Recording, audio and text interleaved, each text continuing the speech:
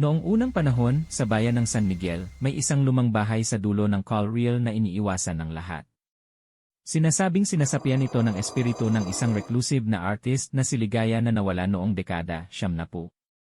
Isang gabi, nagpasya si Sam at ang kanyang mga kaibigan na tuklasin ang bahay. Sa loob, nakita nila ang mga nakakatakot na pintura at isang easel na may kalahating natapos na portrait ng isang batang babae na may mga mata na tila nakatitig sa kanila.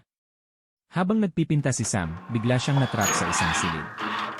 Lumapit ang batang babae mula sa canvas at bumulong, "Tapusin mo."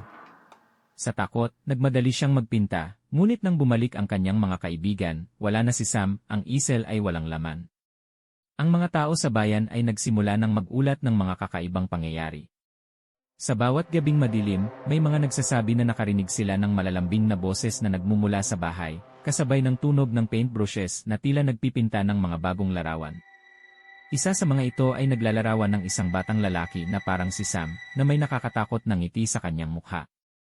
Hanggang ngayon, naririnig ng mga tao sa San Miguel ang tunog ng paintbrushes sa dilim at nakakakita ng batang babae sa mga kabubatan, naghahanap ng kanyang susunod na biktima.